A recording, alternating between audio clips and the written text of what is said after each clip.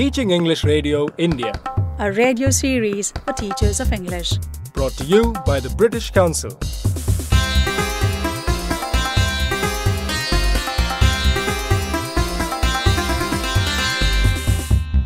Hello and welcome to the program.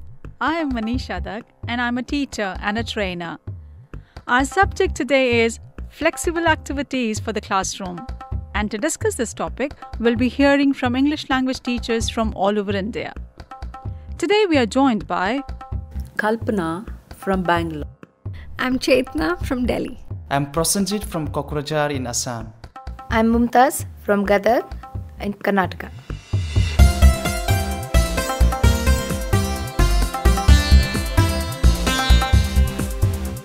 The teachers who have helped to make this series have made many suggestions for short and lively activities that get students using English. So we have made a selection for you today of flexible activities that can be adapted to all levels, from younger students who are just beginning to learn English to older and more advanced classes.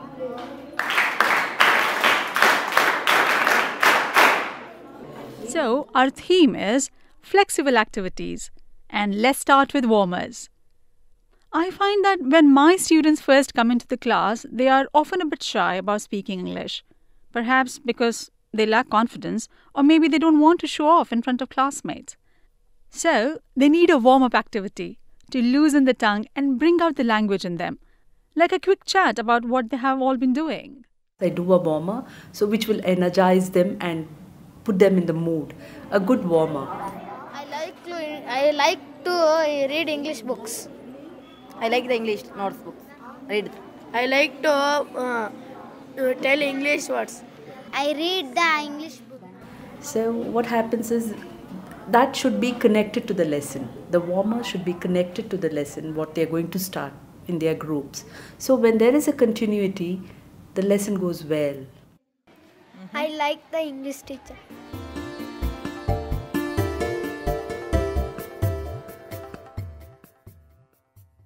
That was Kalpana. As she says, a warm-up activity helps put students in the right mood for English, and they particularly need a warmer on the first day of class. This is Chetna. Well, this is on the first day when we meet a new class and we don't know each other very well. I ask them, this is basically the aim is to build in a rapport between the class and the teacher and amongst the classmates themselves. One of my favorites is a check-in activity, which uses a ball, which can be just a ball of paper if you like. Students throw the ball to each other and whoever catches the ball says something in English. When you're getting to know your students for the first time, it gives you an idea of the level and the personality of each child, who is shy and who is outspoken. A ball game is a simple and adaptable idea which can be used as a quick activity for any time during your lesson. Here is Namita. You can have the class stand around in a circle and there can be a ball. Maybe divide them into small groups also if you want. And there can be a ball, a paper ball maybe, or whatever thing you want to use. And that can be passed around and that, for example, the most basic way we use it is getting to know each other. This activity gives a chance to everyone to use English according to their level of language. You can ask each other's name, maybe the favorite colors or talking about the favorite characters in the story and then talking about the students' perception of those characters. You can talk about your favorite animal, for example, and talk about why is it your favorite animal. Get to know about others' choices and get along with it.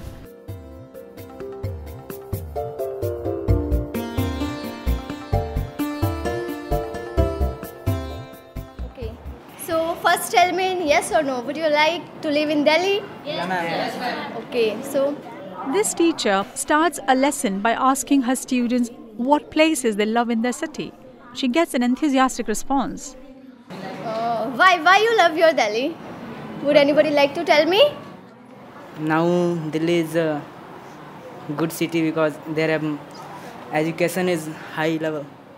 Because Delhi is a very beautiful place and Delhi is the capital of India. There are many popular places and She does this to lead nicely into the theme for her lesson, Delhi, Past and Present. Kalpana suggests that we should always aim to connect a warm-up activity to the theme of the lesson.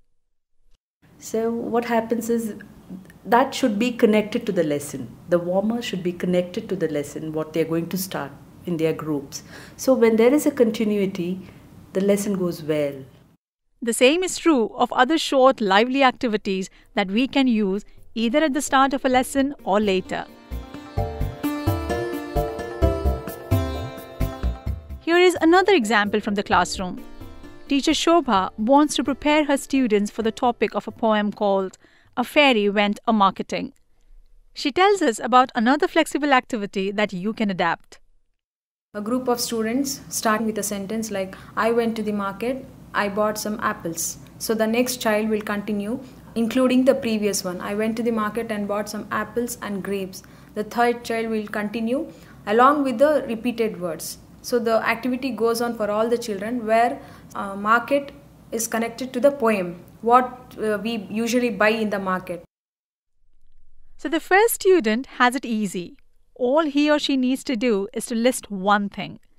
Then it gets more difficult as each student adds one more thing to the list and must remember the rest. If it's a group of 10 children, the last child will have to remember 10 objects. This activity helps revise key vocabulary. You can adapt the idea to suit what you are working on and your students' level of English.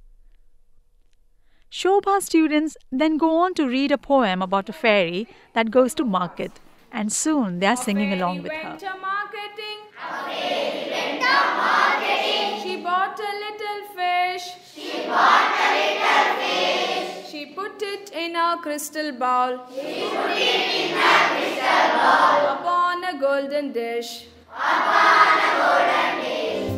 You're listening to Teaching English Radio India, a series for teachers of English, brought to you by the British Council.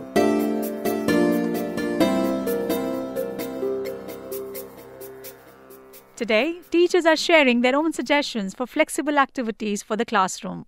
In other programs, I have mentioned a popular and very flexible activity called Hot Seat. It puts your students into the hot seat. Let's hear this version from teacher Neeta, which starts with her students forming two teams. Hot seat is the activity which works very well. You have to divide the class into two groups, and from each group a volunteer comes and sits on this hot seat with their backs to the board. The teacher will then write a word on the board which needs to be guessed by the person who is sitting with his back to the board. The team members will be giving hints to this volunteer who's sitting on the seat, and this has to be given by giving synonyms for the same word without using any part of that word. It's always very popular and it works very well because it helps them recall for any vocabulary, anything new that they have come across, any new topics that we have handled in class. If you haven't tried Hot Seat, then give it a go. But remember not to let the activity go on for too long, and make sure your instructions are clear. When you tell your students that they can't use any part of the word that needs to be guessed, give an example.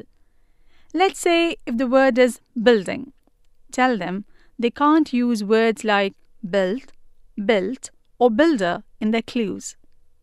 At lower levels, you can use words that are simple and easy for learners to describe, while at the higher level, you can use more abstract words.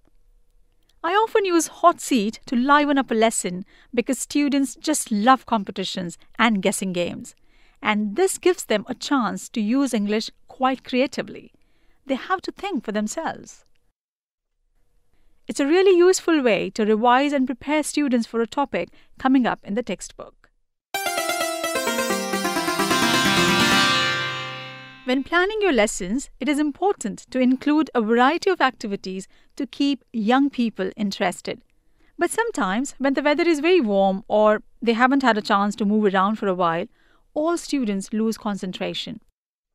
Here is Prasanjit's solution. When the students get bored up, I take them out of the class and we go outside. I make them stand in a circle or make them sit.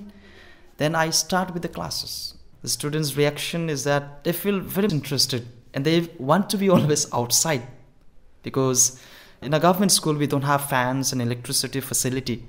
Mainly it is done during summer season when it's very hot. If it is possible for you, taking them outside is a great idea.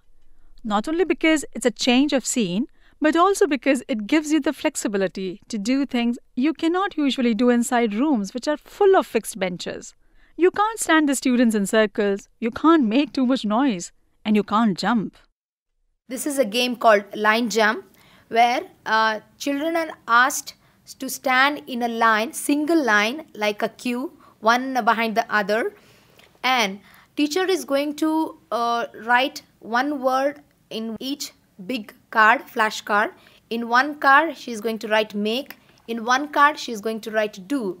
One is at the left side and one is at the right side. Now teacher will call out a word, for example, call. The students has to decide whether to the word call they need to add make or do. The answer is make a call. The make card will be at the left side and do card will be at the right side. Whenever the teacher calls out a word, they need to quickly decide and jump at that word side, either left or right, not stand in the middle. The children who stand and jump at the wrong side will be out. That was line jump. In this example, Mumtaz uses her school's outside space to practice expressions with to make or to do. And younger students love the physical game involved. It's fun and helps them to remember. But if you joined us before in this series, we've also heard from teachers who take their students outside for lots of different activities. To discuss poetry and to give short talks to their friends in small groups. It's great for speaking. So outside or inside, try to include short activities in your lessons where you give students a chance to move about, to work together in pairs or small groups and to really express themselves. Short and lively activities like these can bring our lessons to life.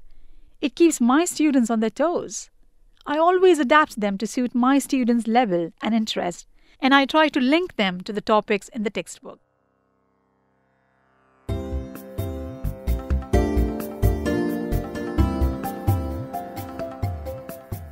Sadly, we have run out of time, so I'll now summarize some of the suggestions that teachers shared in this program about short and flexible activities. What did we hear about? First, we want to engage our students by encouraging them to be active participants in our lessons. So we should plan some short and lively activities to wake up their English as well as their interest. Get lessons started with a warm-up activity which gets them in the right mood and talking English in a relaxed way. Create continuity by linking short, lively activities with a theme in the lesson. It focuses attention on the words and expressions needed for a topic. A memory game such as I went to the market and I bought a, which goes around the class adding new things each time, is very effective for practicing vocabulary. And a competition like Hot Seat really gets students thinking for themselves as they try to give clues to their classmates. Always be ready to create a change of scene, say teachers. We heard about a fun game called Line Jump to practice when to use make and do, which works very well in the open air. The aim of the series from the British Council has been to discuss ideas so we can all be more effective in the classroom. A big part of that is sharing good practice, so let's keep up the conversation. Many thanks to all the teachers from around India who have taken part. It is goodbye from me, Manisha Dak, and my co-presenter Bibhash Dash. And I'm going to wish you happy teaching.